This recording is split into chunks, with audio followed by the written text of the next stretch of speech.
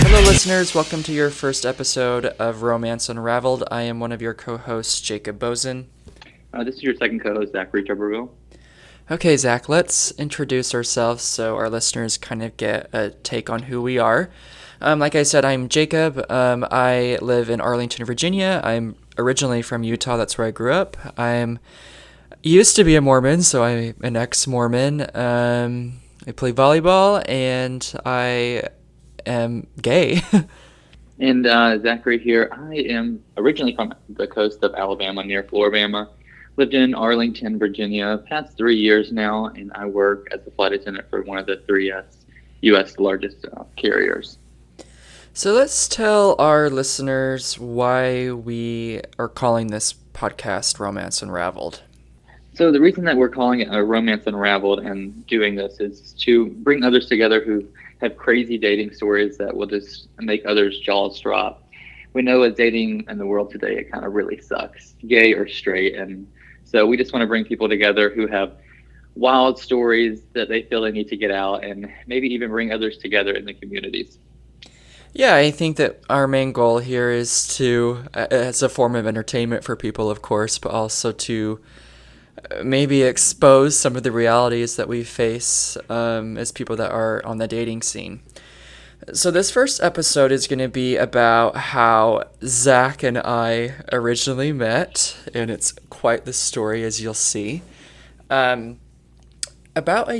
close to a year ago, I had met an individual named Alex on Grindr, out of all places to meet people.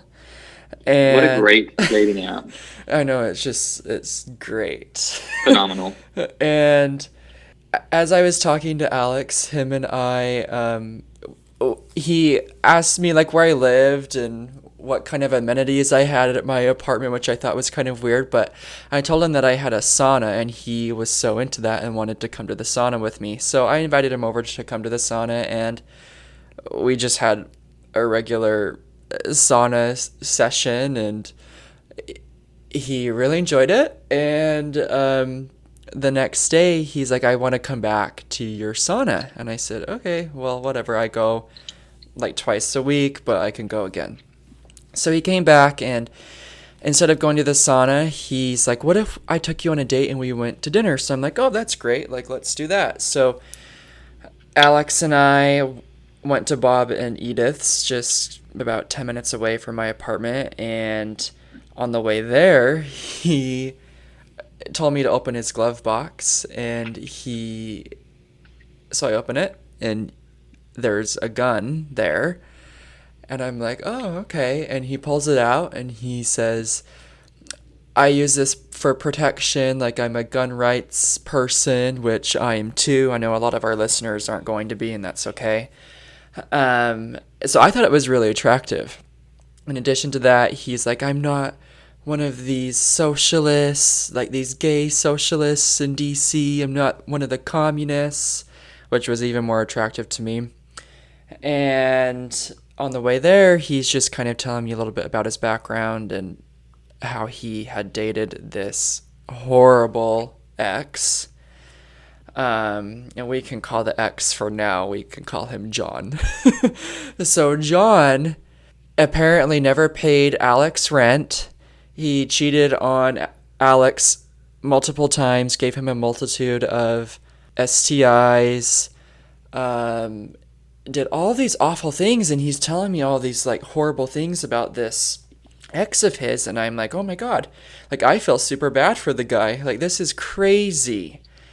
And so he had painted this picture of him being a complete victim of someone that I didn't know, of course. So I felt really bad for him. Anyways, the third date that we went on, which was a few days later, he took me to a Korean barbecue. I hate Korean barbecue. I think it's awful, but I was like, you're paying for it, let's go. And while we were there, he had asked me to be his boyfriend. Wow, after only like one date, that's so hot. We love that for you. I know, I was like, what in the hell is wrong with you? And Also, when he's Bob and Edith is the Waffle House of the North. the Waffle House of the North? What do you Yeah, that's mean? what I call Bob and Edith. Oh, okay. It's like a 24-hour diner. Right, Just yeah, we went there at not like that it 11 matters. p.m. at night. Like it was super late. And well, anyway, so when we're at this barbecue place, yeah, he asked me to be his boyfriend, and he tells me, when I see what I want, I go for it. And I'm like, okay. And he's like, I want to be the provider. I want a white picket fence, house. I want kids. I want my husband to stay home with the kids, and I bring in all the money. And I'm Which is like, crazy to me because he said that his ex never paid him rent. Correct, yeah. But he and wants to be the provider. and he wants to be the provider, right? And I thought it was really weird because in the dynamic that we had, I'm the top, he's the bottom, and so it was kind of reverse of what it stereotypically would be. Not to say that that's how it should be, but it just seemed really weird to me. And I didn't really know what to say when he asked me to be his boyfriend on the third date. I was just like, I am enjoying seeing you, like I don't really know you. And he immediately like got very defensive and was saying, "Are you seeing anybody else? I don't want you to give me STDs like my ex did," and all this like crazy stuff, and it was really weird. So I said, um, "Yes, I am dating other people, but I'm seeing you and I'm enjoying it, and let's see where this goes." So after this conversation, I decided, okay, he's looking at this seriously. Maybe I should look at it seriously too. So I started asking him like serious, like life questions to see if there was any compatibility even remotely. And after all the questions I asked him and he responded, he didn't ask me any like life questions.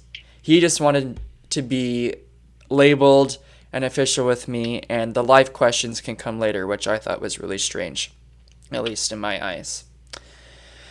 Um, Despite the red flags there, I ended up dating him for about a month. And right before I went to Utah for Christmas break last year, he had told me that he was going to fly out there on New Year's and was going to meet my family and my friends. And we were going to fly back to DC in early January. And he had booked us a cabin in West Virginia, and we were going to have a good old time in the mountains. And I was like, okay, that sounds good. Like, let's do that. So on our way to, he was going to pick me up and take me to the airport when I was going to Utah, but he decided not to, that he had plans in Baltimore that he was going to be doing. And so he said, have a great flight. I'll message you. See you in Utah New Year's. So I get on my flights. I'm on a layover in like Cincinnati or something.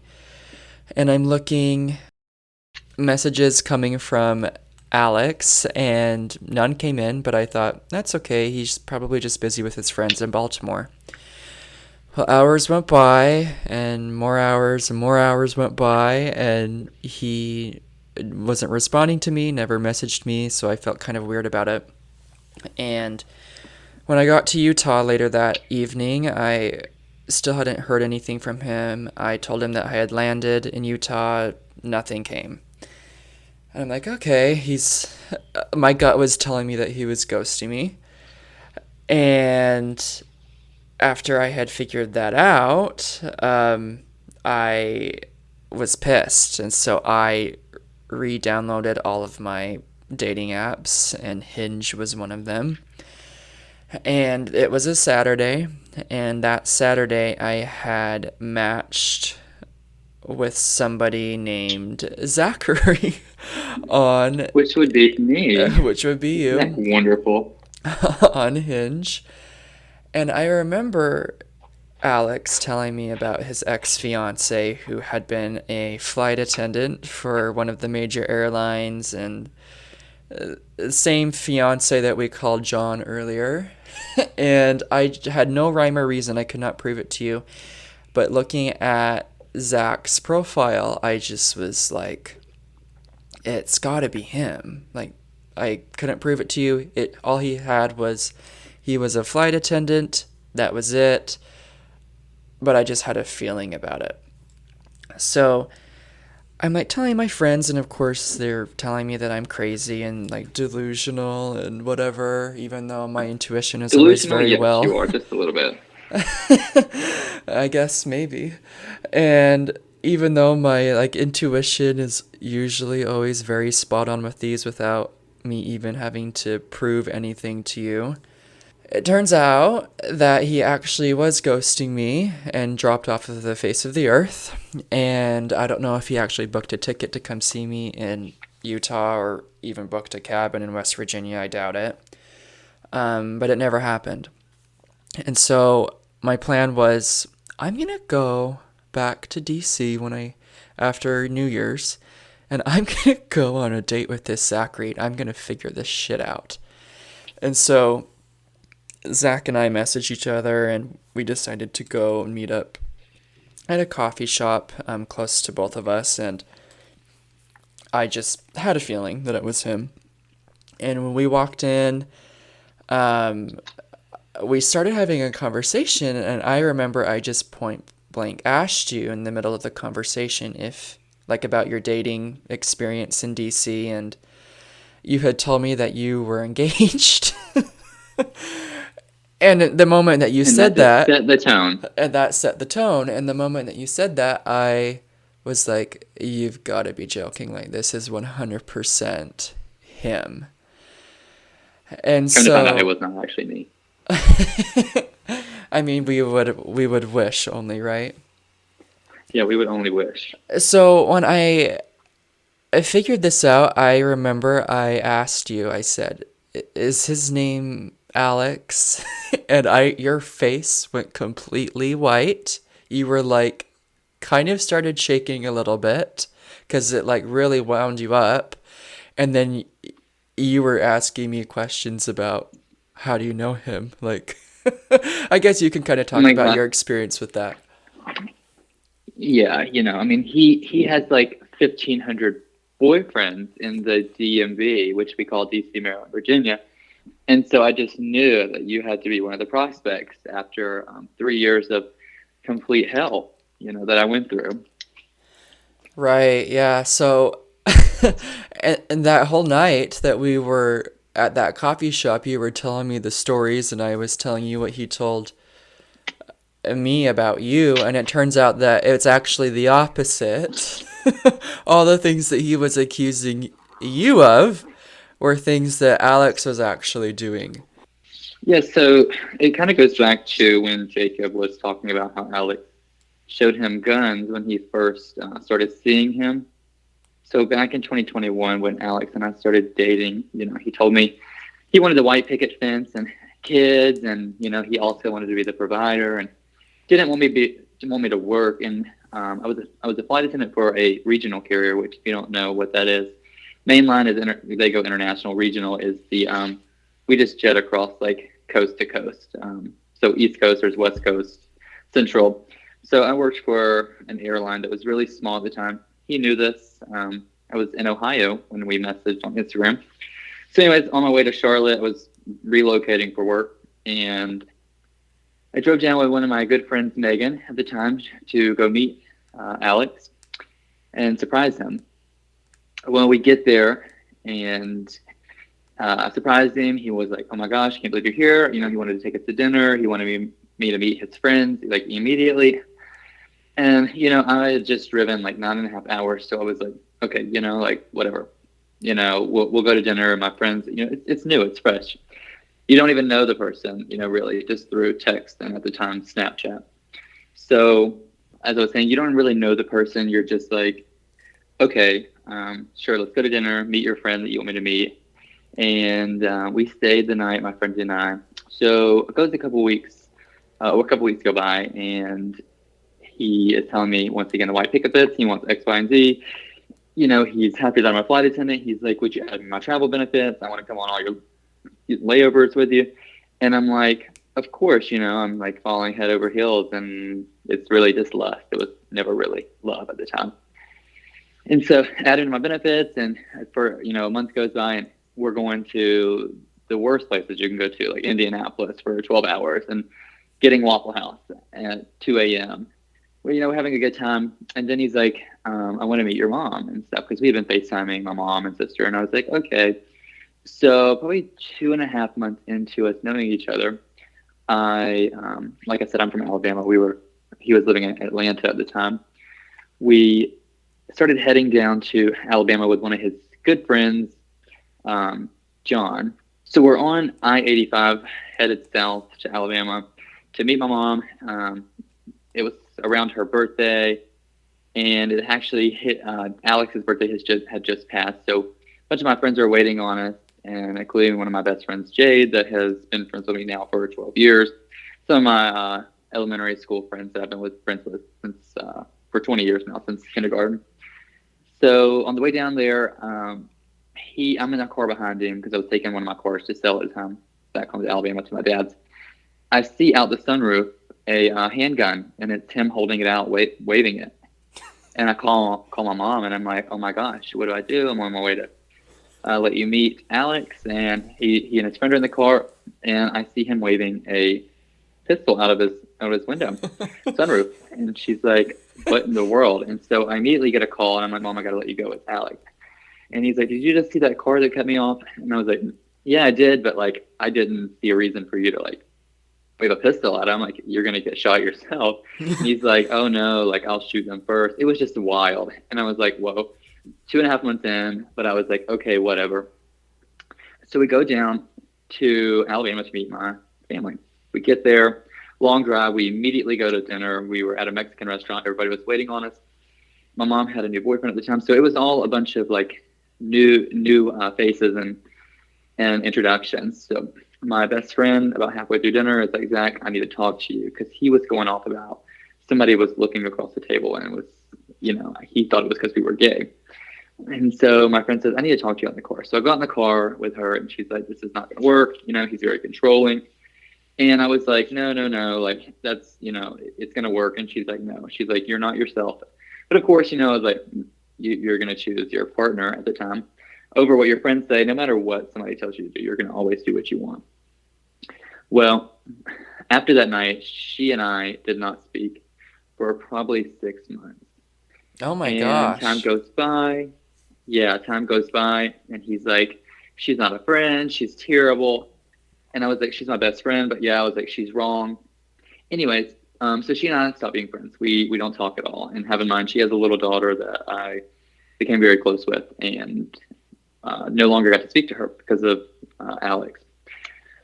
So I accepted a new job with one of the 3 main carriers as a flight attendant. Months later, and he's like, no, I don't want you to be with that one because they're not based in Atlanta.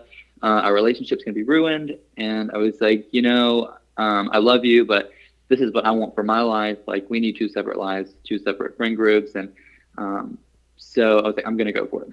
And it was a whole thing. He cried, and anyways, I got the job over, and I did not get one of the other ones that I wanted that was based in Atlanta, which was totally fine. It was a new chapter. And I thought that we would honestly break up at that point, but he was like, nope, we're not. So, okay, great. Like, we can keep going, and I'll be based in D.C. and commute back to Atlanta, whatever. So come January, I got out at the end of January, I did 7 weeks of training in Houston for the airline. He came out to the graduation. We had gotten engaged January 1st, 2022. So how long had you known him from the point of actually meeting him and then getting engaged? Probably a little over a year. Okay. It wasn't long at all. It was very quick. But he always wanted to be engaged, and I felt that he wanted that so badly that it would fix the relationship, which was so stupid on my part. So they come back, and anyways, we get home, and he's like, we had a dog at the time. He's like, we got to drop down. He's at a friend's. We're going to get him. Anyways, he drove to the airport. He's like, we got to pick a friend up first. And I was like, kind of confused. However, my mom had just flown in from Alabama to surprise me since I had not seen him in quite a few months, which was really exciting. So she spent some time there with us. And on the way to actually get the dog that we had to get at the time, we were merging onto I-75, and he hit a car and told the guy he was going to shoot him. And my mom is in the car, and I'm like, you're in the wrong here. And he's like screaming at me. And I'm like, oh my gosh, mom, this is what I've been telling you about.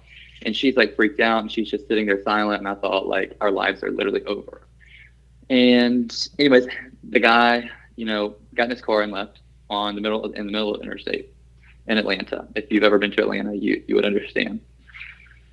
So all that, then he's like drops the bomb, and when my mom leaves about 3 days later, while we all have COVID, that I just took a leave for my job. We're going to move to Virginia, and I'm like, wow, that's great. We actually took a severance because he was going to get fired from his job from all the drama that he had started. So I was like, great. Well, now we have this big check. We're going to move. So we fly up to the DC area and we start looking. We settled in Reston at a nice little apartment, which rent here is crazy. I'm sure, Jacob, Right. 2,600 for like a one bedroom is insane. But you know what? I was like, he wants to be the man provider, so we've got all this. So we move up here, and a couple months go by. Everything's going good, and then we start meeting people, and then we met this one guy who we had over. We were having dinner, and then he accused me of cheating on him and wanting to sleep with this guy. And he's like, I've been watching the cameras from outside, and have in mind he's like literally 10 to 20 feet out in the courtyard. He can see straight into the apartment while we're just chilling on the couch. He comes in and he's like, you're cheating on me, you're a whore, and just like going off. And so the guy is like, I'm very uncomfortable, I'm gonna leave. So all that to say, a couple months go by, and then we're in the car, we go out to a vineyard, and he's accusing me of cheating on him again. And I'm like, dude, I have never cheated on you. I don't know where this He's is like the coming most from. insecure person I've ever met in my life. Yeah, it's really bad. I was always accused of cheating and never stepped out on him. So we're in the car in this new BMW that he could not afford, but it was all about the show. And I was down for the show because it was his money, not mine. Remember, he wanted to be the provider. Right. We're on the way from the vineyard, and we're out in West Virginia. It's beautiful. And I remember him reaching over and punching me in my crotch. And I looked at him and I said, do not ever do that again. And I kind of grabbed his shirt and I said, do not touch me. Do not assault me. And he grabbed my collar and started choking me and beating me with his fist while I was in the passenger seat. He was driving. So he pulled into this newly developed subdivision.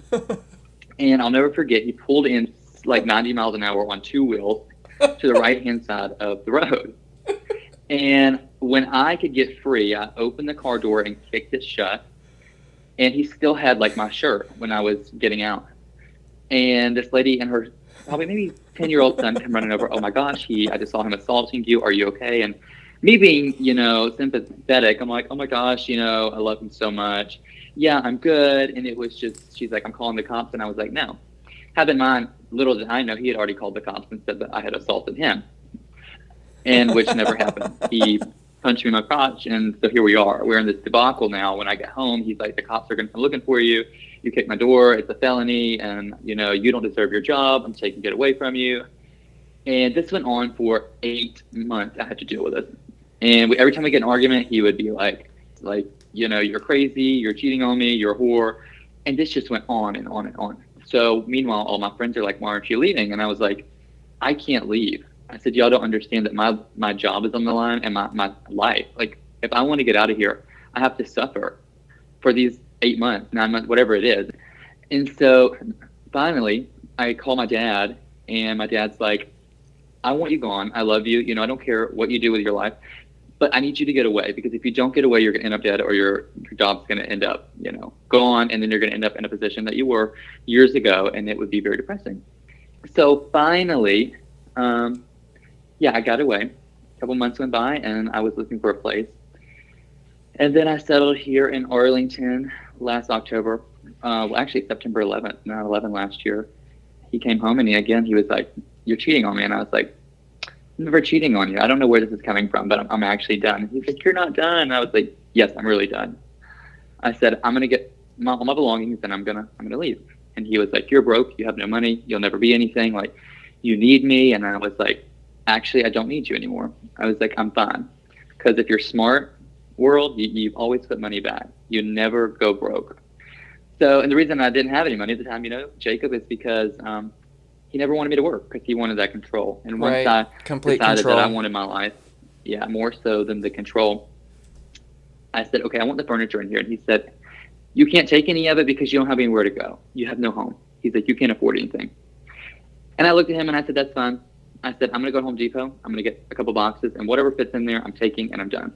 So I did. I went to Home Depot, and I'll never forget. I told everybody. I said, I had 2 boxes. I packed up what clothes I could, and I called my best friend, Cassidy, and I said, hey, do you mind if I stay with you? If not, it's totally cool. I'll get a hotel. I'll figure it out. She welcomed me with open arms, and she said, come on, stay with me, leave your car here. And then from there, I left my car at her house with filled, stacked to the top. I had a little Q50 at the time with my whole life in it. And I found the place that I'm in now. I flew home and spent it with family. And so life has been pretty great the past year. And that's how I met Jacob. And here we are traveling and doing everything together. And that's my story, and I'm sticking to it. Right, but the story doesn't end there, does it? It doesn't end there. That was just how Jacob and I got to meet and both of our sides of the story with Alex. But there is definitely more to come. There is a whole roster, and it has definitely been an eventful 2024, and I'm kind of nervous of what 2025 is going to bring. Correct. Although, Jacob, you can say everything has slowed down, I still feel that it is not done. It is not done, and we still have more to tell. So after Zach and I had met, and we're like, holy shit, that I dated your ex-fiance, and he's an absolute psychopath. A few months goes by, and Zach and I kind of, we didn't lose touch necessarily. It just wasn't, like, we just weren't talking, like, a lot. Yeah. And I mean, maybe, we met in January, early January, first week of this year, and a couple weeks go by, yeah, and I had actually went home. That's how I went home to see my family for like a week. Right, yeah. And I think that's actually when you called me, if that's where we're going with this. Yeah, and during this time, I had been on Tinder, of course, because that's what I do. And I had matched with a guy named Kyle. And Kyle was from New Jersey, so not even in DC area. And for some reason, I had no rhyme or reason for this. I couldn't prove it to you, but again, my intuition was telling me that he had some sort of connection to Alex. I couldn't tell you why, I just kind of felt that way. So I'm chatting with Kyle, and Kyle tells me he was in Arlington. He's just broke up with this guy who lives out in Reston area. And that's all Tyson's. I told him. Yeah, that area, yeah. And, Tyson's area, yeah, Tyson. And that's all he told me, and I just felt it in my stomach, like it was weird. Like I just knew that he, for some whatever reason, was connected to Alex. And I remember telling Zach about it and my suspicion about the whole thing, and we just decided that it's probably a good idea that I just straight up ask him. So I FaceTimed Kyle, and I just had him tell me about this guy he had dated, and everything that he was telling me sounded exactly like Alex. And so when he was done telling his story, I remember just straight up asking him, saying, can I ask you a question? And he's like, yeah. And I said, is his name Alex? And on FaceTime, it was like how, like, oh my gosh, how do you know him? Right, yeah. It was like when I told you, Zach, like both of your faces went completely white, like you were ghosts. Like he was completely like dumbfounded. And I said, well, I dated him in like November and December, and he's like, oh my gosh, you're the guy that he ghosted for me. And Which so, you know it. Right. And so the tables have turned. Right. And so when I was on my way to Utah, in the story, if you remember, he had completely ditched me one day while I was on my way to Utah, and told me that he was in Baltimore with his friends, and it was actually with this guy named Kyle. That he had been playing both of us really hard, and for whatever reason decided that Kyle was better and ghosted me. So Kyle's like crying and having a complete meltdown and everything. And so I tell Zach, and we're like, what the crap is going on? Like, this is crazy. And literally a few days later, I get a phone call from Alex. and I don't answer it, and he calls me again, and he calls me again, and I'm sitting in my living room with my roommate, and she's like, just answer the phone. So I answer it, and on the other line is Alex, and he says, hey, what's up? And I'm thinking, you stupid son of a bitch. Like, Right? Like, you just ghosted me for months, and now you're like, hey, how you doing? Like, we've been talking every day, right, for yeah. months, years. So I said, why are you calling me? And he said, I just wanted to reach out to you. And I said, Alex, you literally ghosted me. He said, I didn't ghost you. I tried reaching out to you. And I said, Alex, no, you did not. And he said, I have the phone records. And I said, okay, send them my way. Go for it. Because magically the one call went through, right? Right. 3 months later. Mm-hmm. And he just kept, he kept trying to manipulate it and turn it on me. And I just stopped him and I said, Alex, you can bullshit this all you want, but you ghosted me, and before I could finish what I was saying, he hung up the phone because that's what he does. He's a runner. And it pissed me off. So I texted him after he got off the phone, and I said something nasty, but I also at the end of it said, oh, and by the way, Zachary says hi. So he, from that moment on, he knew that I knew everything that he had done to Zach, and that he's a complete manipulative liar who goes around the DMV area and probably does this to at least 15 other people. Have in mind, his sister and I talked every day until May of this year, and she told me last summer when I saw her, Zach, like, you need to leave my brother. I don't condone of cheating, but, like, even if it's with a girl, like, you've got to get away. He's crazy. And I was, like, thinking, wow, for your sister to say that, that's really crazy. And so, yeah, here we are. Yeah, and for the past, I would say, 6 months, 9 months, we haven't heard anything from Alex. We haven't heard anything about him. Yeah, 6 months. And it's been weird for us, but it's been kind of good because it's been less drama, right? Yes, but we kind of need the drama, We got to keep these podcasts going. We got to keep them going. Okay, well, that is where the first story ends.